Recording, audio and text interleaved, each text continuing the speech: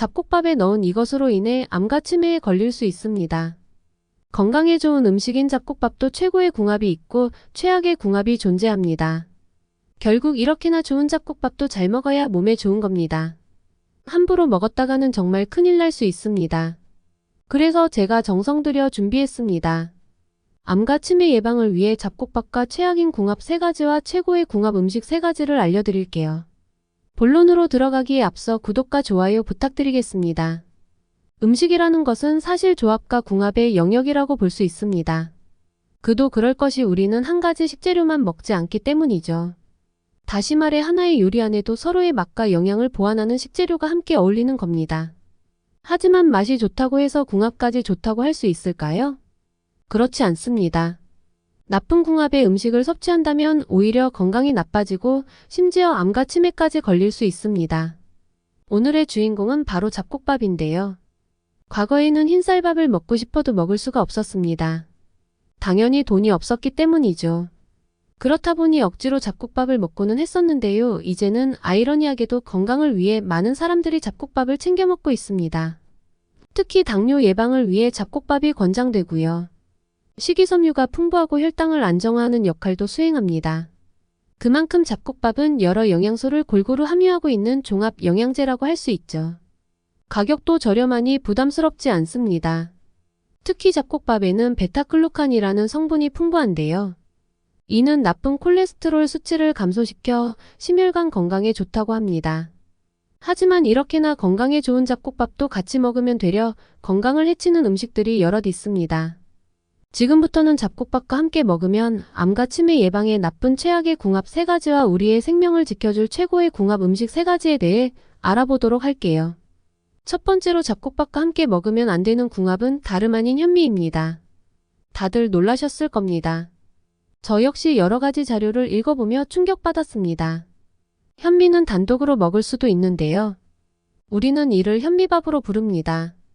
현미는 혈당 수치를 개선하여 당뇨 증상 완화에 좋은 곡식인데요. 뿐만 아니라 현미에는 페놀산이라는 성분이 들어 있습니다. 이는 알츠하이머 예방, 즉 치매에 도움이 된다는 의미입니다. 하지만 신장이 안 좋은 분들께서는 집중해 주시길 바랍니다. 현미는 칼륨 함량이 비교적 높은 곡물입니다. 그리고 신장이 안 좋은 분들은 칼륨 배출 능력이 상대적으로 떨어지는데요. 만약 칼륨이 우리 몸속에 계속 쌓이면 신장에 무리가 옵니다. 이에 따라 고칼륨 혈증 현상이 생겨날 수 있는데요. 이때 근육 약화와 무력감을 불러일으킨다고 합니다. 심한 경우 심부정맥과 심장마비까지 걸릴 수 있어요. 더불어 현미에는 무기비소의 농도가 꽤 높습니다. 이 역시 우리 체내에 축적되면 각종 신경계 문제와 암 발생 확률이 증가할 수 있다고 합니다.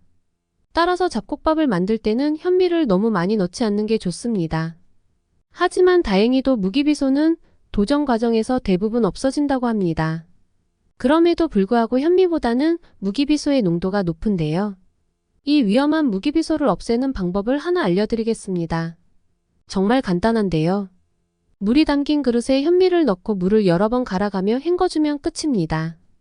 그리고 당연한 소리지만 현미를 불릴 때 쓴 물은 재사용하지 말고 버려주세요. 두 번째 보리입니다. 보리 역시 보리밥으로 자주 먹고는 하는데요. 보리에는 판토텐산이라는 성분이 풍부하게 들어 있습니다. 만약 판토텐산이 체내에 들어오면 아세틸콜린이라는 신경전달 물질 또한 비례하여 어느 정도 증가하는데요. 이 아세틸콜린이 뇌 인지 능력과 관련이 있다는 수많은 연구 결과가 존재합니다. 하지만 보리는 한의학적으로 찬 성질의 곡물입니다. 실제로 보리차를 마시면 몸이 차가워지죠. 그렇다 보니 보리를 과식하면 설사 및 소화불량 증세를 보일 수 있습니다. 게다가 보리는 관리가 굉장히 중요한데요. 보리가 오래되면 아플라톡신이라는 독성 물질이 형성되기 시작합니다. 이런 보리를 계속 먹으면 어떻게 될까요? 간암에 걸릴 수도 있습니다. 그러니 오래된 보리는 아깝다고 먹지 마시고 그냥 버려주시길 바랍니다. 돈보다 중요한 게 건강입니다. 경각심을 주기 위해 하나 더 말씀드리겠습니다. 아플라톡신은 한번 생기면 제거하기가 매우 어렵습니다. 그러니 부디 상한 보리는 섭취하지 마세요. 따라서 보리를 포함한 모든 곡류는 평소 습도가 없는 곳에서 보관해야 합니다. 혹은 냉장고도 하나의 방법이 될 수 있겠죠. 세 번째로는 콩입니다. 잡곡밥에는 콩이 참 많이 들어가는데요. 그 중에서도 검은 콩에 대해 이야기해 보도록 하겠습니다. 검은 콩은 정말 다양한 효능을 지니고 있는데요. 검은 콩에는 안토시아닌이라는 성분이 들어 있습니다. 이는 활성산소 제거에 효과적이고요. 쉽게 말씀드리자면 항산화 작용 및 항암 효과가 있는 것입니다.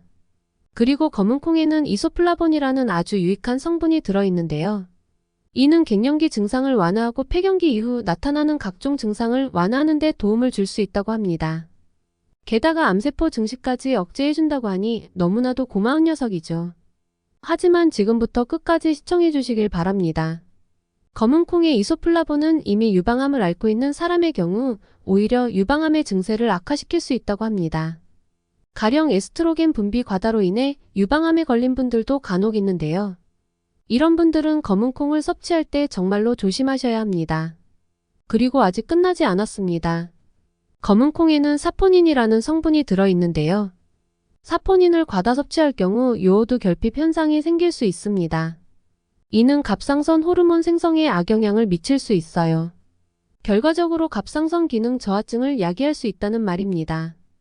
게다가 사포닌을 지속적으로 섭취하면 빈혈이 생길 수도 있다고 합니다. 그러니 검은 콩이 마냥 좋은 것만은 아니라는 것이죠. 오늘은 이렇게 잡곡밥에 대한 여러 가지 효능과 부작용에 대해 알아보았는데요. 잡곡밥의 부작용은 단번에 일어나지 않습니다. 즉 과도하게 섭취하거나 오랜 시간에 걸쳐 쌀밥이 전혀 없는 잡곡밥을 먹었을 때 발현되는 것입니다. 그 이유는 식이섬유의 섭취가 과도해지기 때문인데요. 만약 식이섬유를 너무 많이 섭취하면 각종 영양 성분이 배출될 수 있습니다. 이에 따라 빈혈, 골다공증 등이 생길 수 있어요. 더불어 식이섬유는 수분을 흡수하는 성질이 있습니다. 다시 말해 식이섬유를 너무 많이 섭취하면 변이 딱딱해져 변비가 생길 수도 있어요. 그러니 만약 여러분이 식이섬유를 과도하게 섭취했다면 그만큼 물을 많이 마셔줘야 합니다. 하지만 그렇다고 해서 물을 한 번에 많이 마시면 물 중독에 걸릴 수 있습니다. 실제로 몇 개월 전 미국에서 20분 동안 물 10리터를 마신 여성이 사망한 사건도 있었습니다. 따라서 물은 조금씩 많이 마시는 게 좋습니다. 그리고 차가운 물보다는 미지근한 물이 건강에 좋겠죠. 여담으로 저는 개인적인 생각입니다만 잡곡은 3종에서 5종 사이가 적당하다고 생각합니다. 잡곡이 너무 많으면 요리하기도 번거롭고 영양분도 제대로 다 흡수할 수 없기 때문입니다. 마지막으로 영상을 끝내기 전 기억을 되살리기 위해 요약 한번 들어가겠습니다. 현미는 소화력이 약하거나 신장이 안 좋은 분들은 가급적 자제하시는 게 좋습니다. 그리고 먹기 전 물에 불리면 무기비소의 함량을 낮출 수 있어요. 보리는 찬 성질의 곡식이므로 과식하면 복통이 생길 수 있습니다. 검은 콩의 경우 유방암 환자들이 조심하셔야 합니다. 앞으로는 몸에 좋은 잡곡밥을 그냥 먹지 마시고 여러 가지 변수를 생각하면서 섭취해주세요. 그리고 이번 영상은 너무나도 중요한 내용입니다. 그러니 부디 주변 사람들께 널리 알려주세요. 자기 혼자만 건강해지는 건 이기적이라고 생각합니다. 모두가 함께 건강하고 행복하게 살았으면 좋겠어요. 저는 앞으로도 유익한 영상으로 찾아뵙겠습니다. 감사합니다.